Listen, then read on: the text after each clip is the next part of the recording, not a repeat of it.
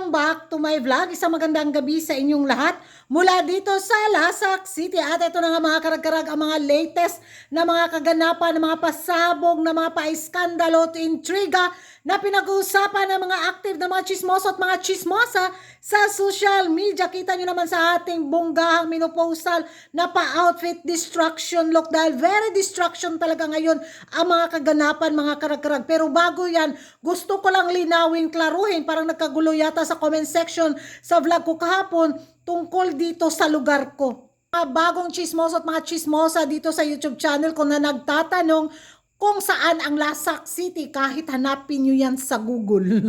Wala talaga kayong mahanap na Lasak City. Nasabi ko na to noon sa mga last vlog ko, yung mga dati at matagal na dito sa YouTube channel ko, alam na nila na walang Lasak City. Char-char ko lang ang lugar namin na city dahil sityo po ito.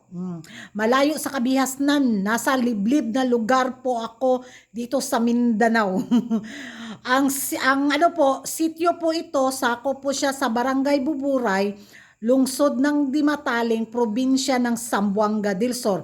So yung Pagadian City, yun yung malapit na syudad dito sa amin. Biyahe kami ng 1 oras at kalahati yata. Depende sa takbo ng van, mga karag-karag. Kung minsan lagi mga 1.5 hour or 1 and 45 minutes. 1 hour and 45 minutes.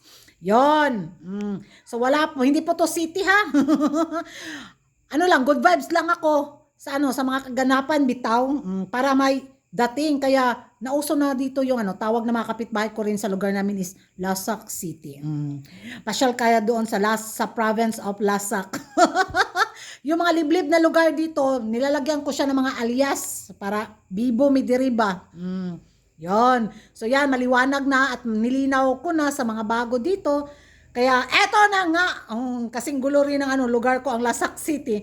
Dahil nako, nawindang ako mga karag-karag. Pag open ko talaga sa mga kaganapan bitaw sa social media, hala ka, anyari doon kay Brandon. Sa mga karag-karag, nanggigigil din ako dito kay Brandon ba? Kapal ng face lock, napaka-opportunista din. Well, sabihin natin, sige na nga. Totoo naman na kadalasan pinapadala natin is mga half vampira sa mga international pageant. Pero kailangan niya talagang ipamukha sa social media dahil half vampira siya at ni-represent niya ang Pilipinas sa international pageant. Nanalo ba siya? Kasi sa totoo lang hindi ko rin siya kilala. Saklap. Kung sa tingin niya kung hindi siya proud sa pagiging half vampirong Pinoy, sana nilaban niya yung planetang pinanggalingan niya. Sa tingin niya, babango kaya yung karera niya sa mundo ng beauty pageant? Oy, langawon gyud siya. Di siya magbinurit mga karag-karag. Kay di ra bigyan ingon nga gwapo kaayo siya.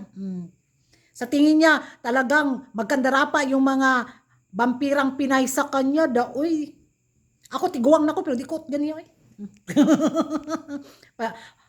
Sana yung utak yung pinataba niya, hindi yung paabs-abs niya sa katawan bitaw.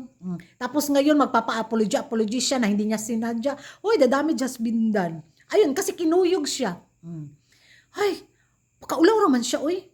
Yung proud na proud siya sa kanyang sarili. Ay, bakit niya nirepresent ang Pilipinas? Kasi manggagamit. Yun yung totoo. Ewan ko sa inyo mga karag-karag kung magkapareho tayo ng reaction. Hindi naman lahat ng mga half vampira is opportunista bitaw. Kasi nga, Pilipinas, uwi ako ng Pilipinas para sasali ako sa mga pageant doon. Kasi yun din yung advantage nila na malakas yung chance nila manalo. Kasi syempre, mix yung X and Y chromosome sa mga vampire series. Tapos ngayon, magmayabang siya. Impas yun siya. Imbis mong bango yung karera niya, wala, diretso sulod sa imburnal. Tagam.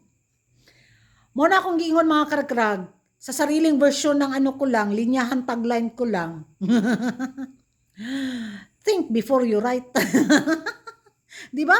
Kasi wala social media to. Isang pagkakamali mo, talagang kuyugin ka kung hindi maganda yung pinagsasabi mo at especially lalo na sa mga Pinoy at nasa sirkulasyon ng beauty pageant. Tapos lumaban ka sa international pageant, winagaway mo at inano mo yung SAS ng Pilipinas, tapos ganito ka kapala ka-ingrato. Kapal! Ewan ko sa inyo mga karag-karag ha, kung ano yung magiging reaction nyo. Sa tingin nyo mga karag, sincero kaya yung naging apology statement ni Dong Brandon at ano yung magiging reaction yung mga karag-karag sa kanyang, doon nga, sa issue sa kanyang pagiging half vampira.